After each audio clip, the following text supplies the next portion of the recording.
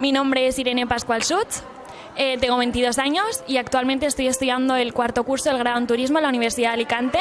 Me encuentro realizando las prácticas en el Ayuntamiento de Campello, en la parte de la oficina de turismo, y además soy becaria para el Gabinete de Protocolo de la Universidad. En la fiesta llevo aproximadamente 18 y 19 años, primero en la foguera Calvo Sotelo y en 2016 empecé a formar parte de la foguera Asamblea de Dalt.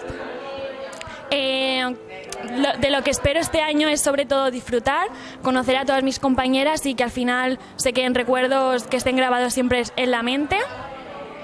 En cuanto a la fecha del 24 de junio, lo que me sugiere es por una parte tristeza, puesto que acaban las hogueras, pero por otra felicidad, ya que empieza un nuevo ciclo y hay que disfrutar al máximo cada momento. Y bueno, este año se lo dedico a mi yaya, ya que he tenido la suerte de que el dibujo de mi falda de belleza lleva su nombre y llevo su firma cosida por dentro de la falda y se lo dedico a ella.